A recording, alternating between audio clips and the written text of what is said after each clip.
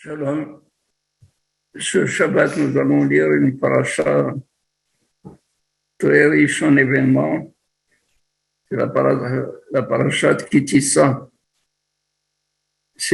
Dans cette paracha, nous avons une manière très in extenso, très détaillée, la faute de Am Israël. Ils ont fait le veau d'or. Et là, la question se pose, question normale. Nous sommes dans les 40 jours. Moshe Rabbeinu se trouve encore avec Akadosh Baruch Hu pour recevoir l'étape de la loi. Akadosh Baruch Hu s'est révélé sur le mont Sinaï le 6 Sivan. Il est monté vers Akadosh Baruch Hu pour apporter l'étape de la loi le 7 Sivan. 40 jours après, c'est-à-dire 40 jours pleins, comptant aussi le jour doit avoir aussi sa nuit, c'est-à-dire un jour de 24 heures, pas un jour entamé. Donc 40 jours qui se terminaient le 17 Tammuz, du 7 Sivan au 17 Tammuz, Moshe Rabbeinu allait descendre avec l'étape de la loi. Mais qu'est-ce qui s'est passé? Il s'est passé que le 40e jour, alors que la nuit de ce jour n'était pas encore comptée, le Yetzer Hara est venu mettre de la confusion dans l'esprit des Bnei Israël. Vayar kol ha'am ki boshesh Moshe. Le peuple a vu que Moshe Rabbeinu a tardé à descendre.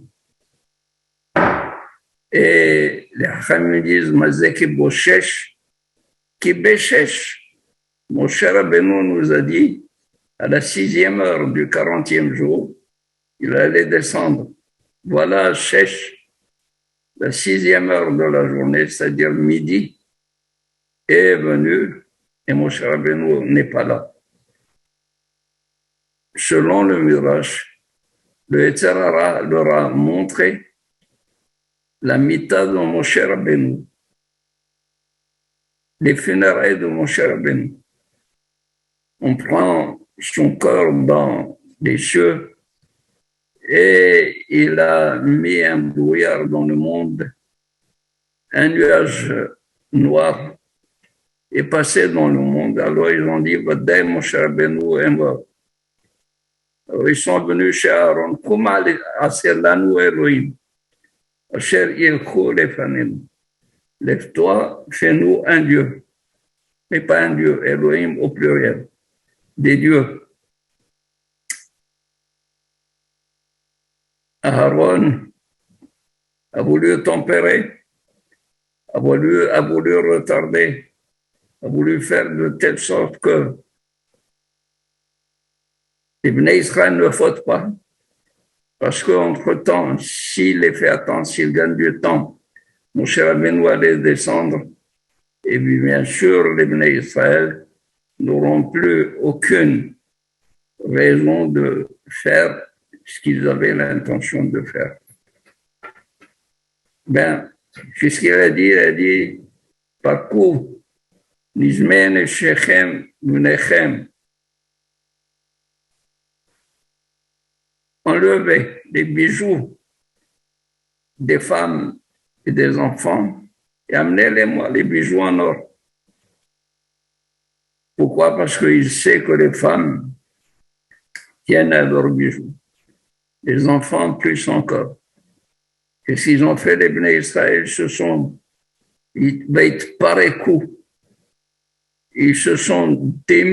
démunis de leurs bijoux à eux. Et ils ont apporté à Aaron, et Aaron a fait un Egel. Vayetse ha Egel hazé. ce veau est sorti. Moshe Rabbeinu qui était dans les cieux, Akadosh Baruch Hu lui dit, Red, Koum Red, qui shechet amecha. Lève-toi, descends. Moshe Rabbeinu qui dit à Akadosh Baruch Hu, il dit, au début des 40 jours, tu m'as dit, allez el Hahara, monte vers moi. Et maintenant tu me dis raide, et maintenant tu me dis descends. Lequel des langages est plus important pour moi, c'est le fait de monter. Tu m'as dit monte, ne fais pas descendre comme ça. Alors Akadosh Baruch Hu lui dit, si je t'ai dit allez, monte, c'est pour Am Israël. Mais maintenant que Am Israël a fauté, il n'est plus Am Israël que je voulais.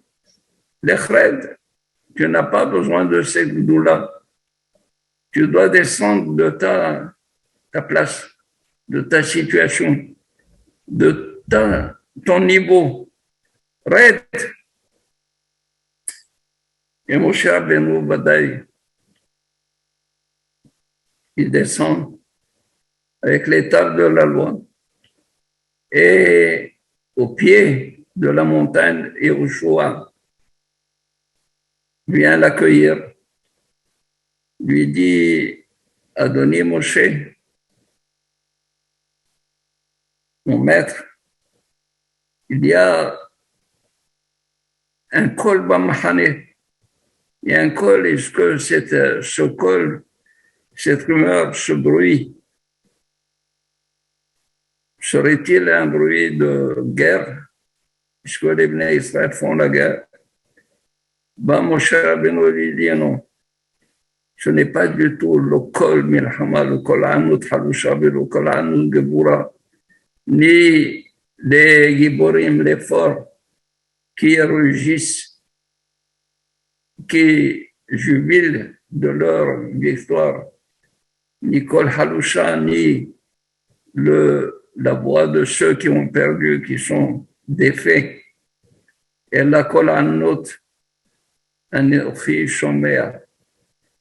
Un col un autre qui fait mal, qui fait souffrir, anochi shomea. La souffrance morale, la souffrance de voir son peuple dans les 30 jours, pendant que c'était une kala, betoch upata, une fiancée qui était à l'intérieur encore de sa choupa, de son mariage, et elle a fait ce qu'elle a fait. Et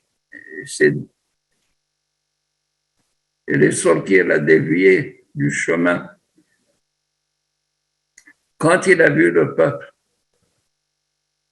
en train de danser, de faire des sacrifices, et dire, Elle est Elohecha, Asher He'elucha miMitzrayim, voici tes dieux qui t'ont fait monter d'Égypte. Alors, il a laissé les tables de la loi échapper de ses mains.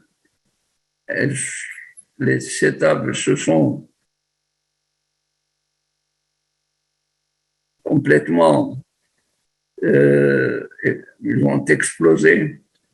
Les lettres qui étaient gravées dans les tables, Moshe Rabbeinu les voyait s'envoler et monter vers les cieux. Alors il vient voir Aaron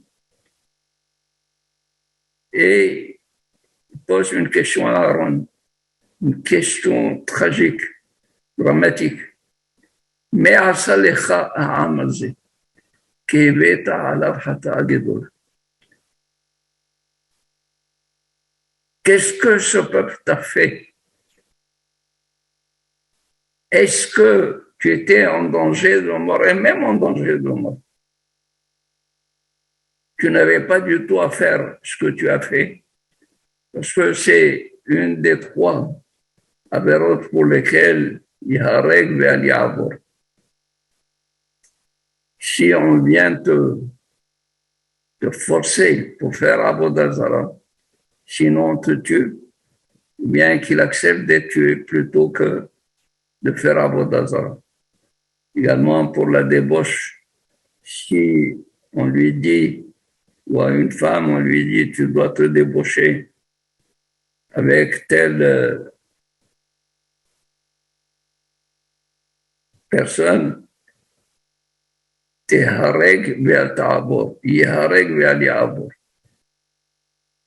Également, tue cette personne ou on te tue, Yihareg ve'al Ya'avor. Il doit accepter la mort plutôt que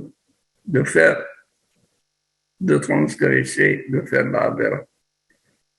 Aaron connaît cet halakha. Pourquoi a-t-il fait? Et c'est ce qu'il dit, mais asalecha amazé.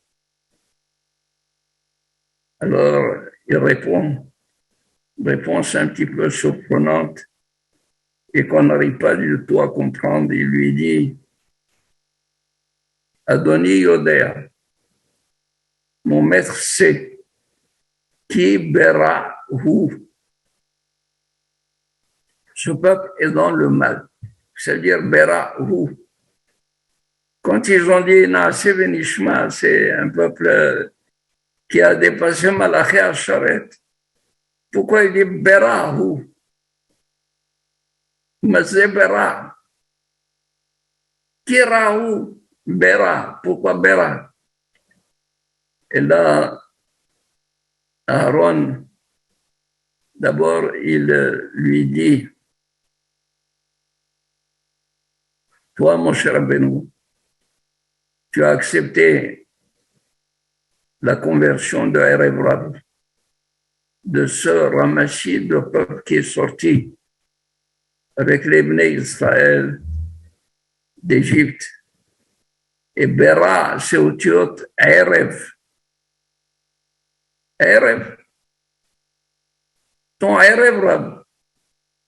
Et c'est ce que dit Akadosh Baruch Hu à Moshe Rabbeinu, qui shichet ammecha, le peuple que tu as amené, pas Am Israël, le peuple que tu as amené, celui que tu as ajouté, celui que tu as accepté, sans me consulter à moi, qui est Erev Rav, a fauté. C'est lui qui a voulu faire le vaudor. Et comment le vaudor est sorti? Ils ont jeté dans le creuset, là où on a fait fondre l'or, ils ont jeté un tasse, une plaque dans laquelle il est écrit Allez, Shor, monte, Shor, taureau, bœuf. C'est avec ça que Moshe Rabbeinu, il a fait monter le cercueil de Yosef Hatzadik, puisque Yosef, il est appelé Shor. Bechor Shoro Hadarlo. Comment il a fait monter? C'est avec ce Shem, Kadosh Ale Shor, il a fait monter Yosef. Et eux, ils avaient trouvé ce tasse, cette plaque, ils l'ont jeté dans le creuset, ils ont dit allez Shor, et le veau est monté.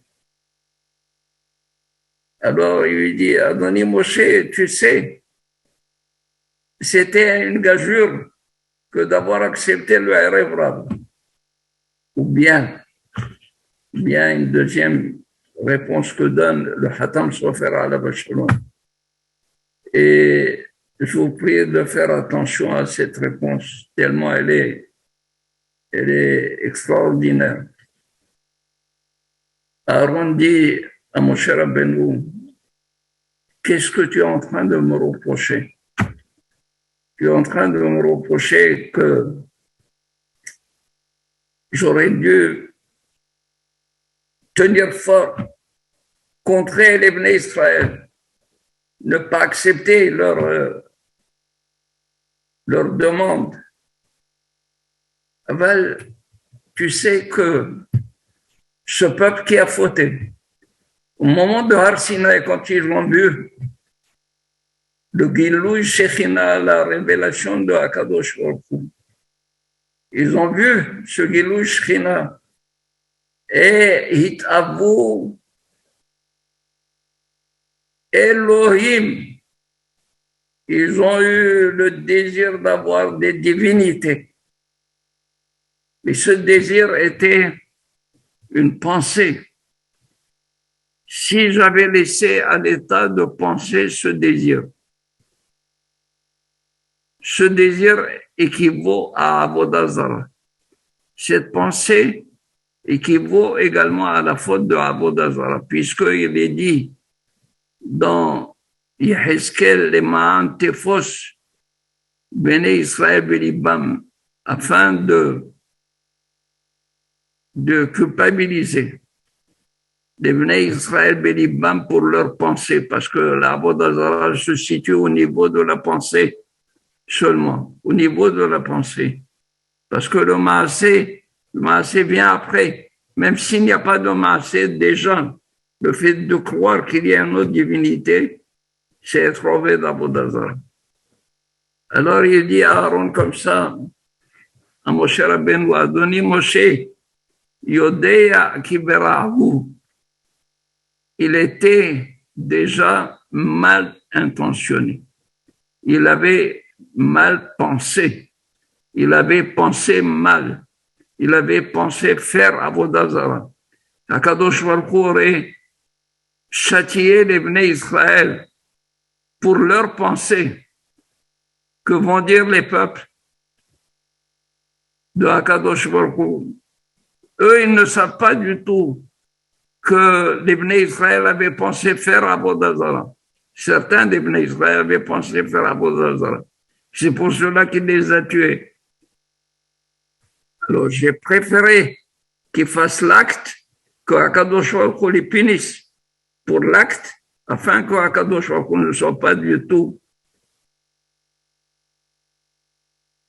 coupable aux yeux des Goïm, comme quoi il est injuste, il est cruel, mais qu'il a bien puni ceux qui se sont complètement, ceux qui ont dévié complètement de leur chemin. Zéou a donné Moshe, Ken ki ha'amberahu. Et alors, je me suis sacrifié pour Akadosh Baruch Hu. Je me suis sacrifié afin que le peuple d'Israël ne soit pas du tout considéré comme s'il avait payé par le châtiment de Akadosh Baruch Hu pour rien, à cause de la pensée. Ou, comme disent les Chachamim dans Masechet Avodah Zarah, il est dit là-bas, Lo haya ra'oui, Am Israël et Otom Maaseh. Le peuple d'Israël ne devait pas faire cette faute. Et maintenant qu'il l'a faite, pour quelle raison il l'a faite? Kedei le'arot teshuva l'Arabim. C'est pour enseigner la teshuva à l'Arabim, au nombre à Am Israël, qui sont nombreux. Également, David Loayara ou il est automassé. David ne devait pas faire cet acte. Et pourquoi Kadosh Baruch Hu l'a-t-il permis? Afin de montrer la teshuva pour le yahid, pour l'individu. Et donc, nous avons, pour la collectivité, il y a une possibilité de teshuva, et pour l'individu, il y a une possibilité de la teshuva. Du maasé de David et du maasé de Hegel. Shabbat Shalom, Mevorach, et que Akadosh Baruch Hu nous préserve de toute faute, qu'on n'obéisse pas au Yetzer Hara, même s'il a de bonnes intentions vis-à-vis de nous, on n'est pas du tout tenu de l'écouter. Shabbat Shalom.